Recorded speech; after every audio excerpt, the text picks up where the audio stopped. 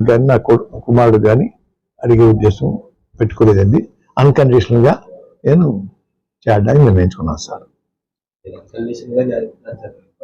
చాలా మంది అభిమానులు, మీ అభిమానులు మీరు ప్రత్యక్ష రాజకీయాల్లో ఉంటారో కంపల్సరీ పోటీ చేస్తారని ఆశకొద్ది చాలా మంది. ఇది కూడా ప్రత్యక్ష రాజకీయం చేస్తారు. రాజకీయాల్లో ఉంటాను.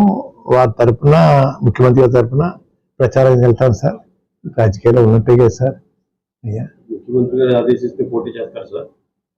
నేను చెప్పాను సార్ వారికి, అయ్యా నేను సేవ చేస్తానండి, మీరు అధికారులు రావడం కోసం నా వంతు నేను కృషి చేస్తాను. ఎటువంటి పదవి కాంక్ష నాకు కానీ నా కుటుంబానికి లేదు. తర్వాత అధికారం వచ్చిన తర్వాత మీకు ఇవ్వాలంటే ఇద్దరు కానీ, అధికారం వచ్చినా కూడా నేను అడగనండి, మీ అంతా మీరు ఇవ్వాలంటే ఇవ్వండి అని ఈ కండిషన్ పెట్టలేదు సార్. అయ్యా ఓకే సార్.